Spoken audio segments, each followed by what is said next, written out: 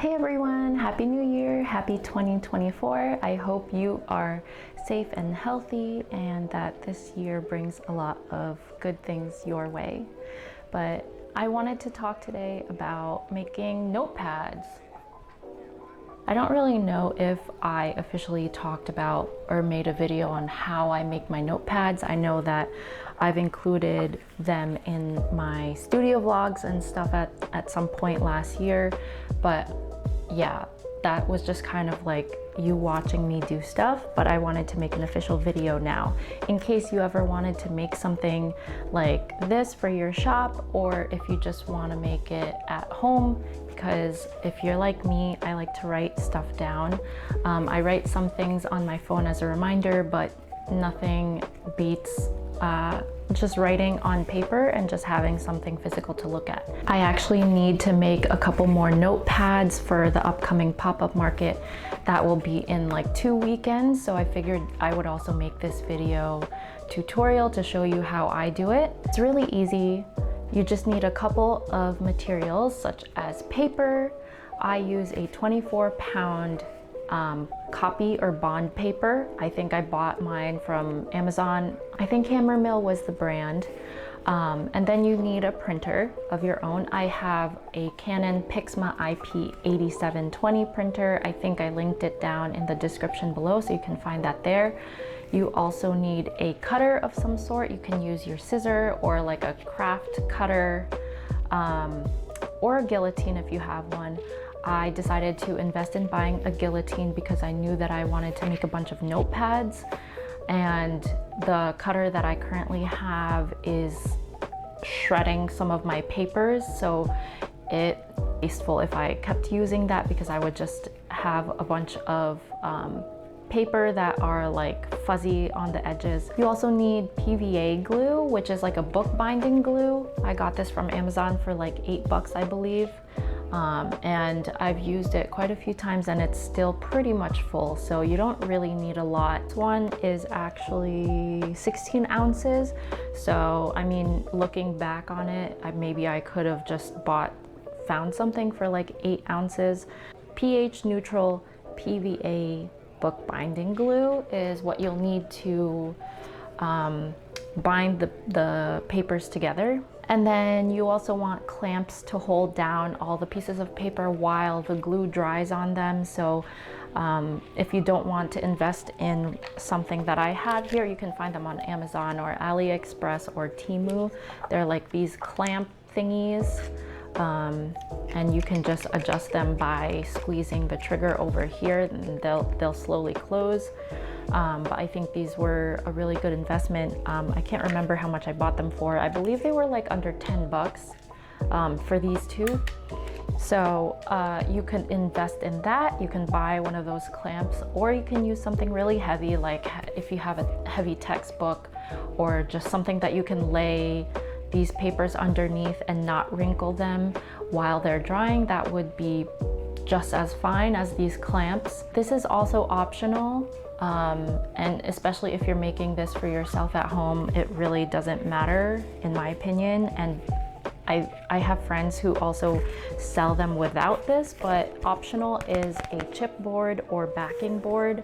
I did buy like a pack of 25 or 50 off of Amazon, I believe. I don't remember how much it costs, but I will hopefully remember to link it down in the description below in case you are interested in buying them. If you are sensitive about the costs, I think it's an optional item, and it's not the end of the world if you decide to forego that. But these ones that I made also, up to you. Some people do 50 per whatever notepad, but I have this at 30, and obviously you want to price accordingly to however many pages that it is, but also factor all the materials that you have used up and the time and effort into creating stuff like this. These are some of the designs that I have. Currently, these things I made last year, but I was unfortunately not able to sell them because I was late to the game with the fall sales and I was moving. So I think it's still pretty cute though. These new ones that I made just recently have my watermark or my new brand on it, tiramisu. Whereas this one, I have a tendency of forgetting to put like my name on things, and I want to do that so people can remember who the heck made it. But I made something ahead of time for spring just recently, and I'm really happy with it. I feel like I have a lot of like yellows and oranges going on here, so it's nice to have a break in color. And then this was a winter design that I made of a bear under a kotatsu. And then also pretty recently I made these notepad checklists.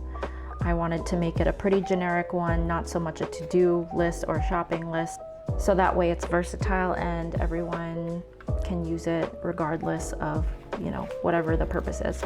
Oh, and also another thing here, if you're selling, maybe it would be a good idea to get some cellophane bags, or I don't know, wax paper bags, however you want to package it up, but you want to think about the packaging for these as well.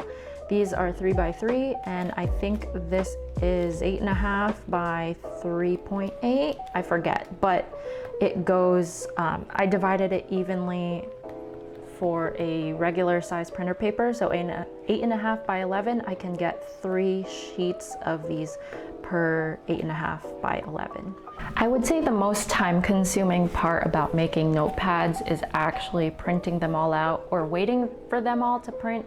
Especially with like my Canon. If you own a Canon, I'm not sure if your printer does this, but mine is pretty slow with printing. So that's the most time consuming, next to cutting all of these things out actually.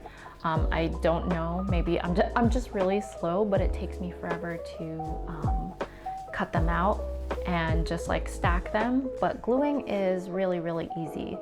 Another thing that I do recommend is not over gluing and being too zealous. It's a little tricky because the PVA bookbinding glue is like, you know, like kind of like Elmer's glue, but I would say even more transparent.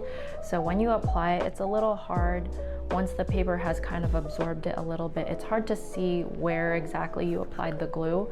So sometimes I tend to over glue it, and then what happens is the glue will drip down to the sides of the paper, not just like the one side where it's supposed to stick. But then you have a tough time once it's done drying. You have a tough time peeling these pages apart from each other, which is something that you don't want.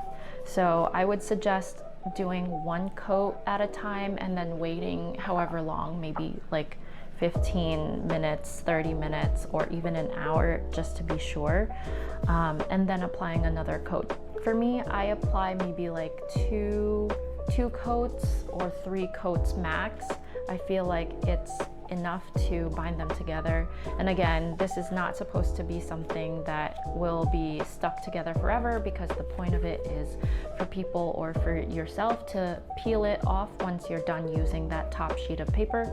So yeah, just think about that when you are gluing it together. But all that to say, I find making notepads very relaxing and also very fun. They are very DIY in nature, so expect them to be imperfect, especially if you don't have like machinery cutting every single piece. Not everything might cut or be aligned exactly the way they should be, and that's totally okay. Paper is still paper and it's usable, right?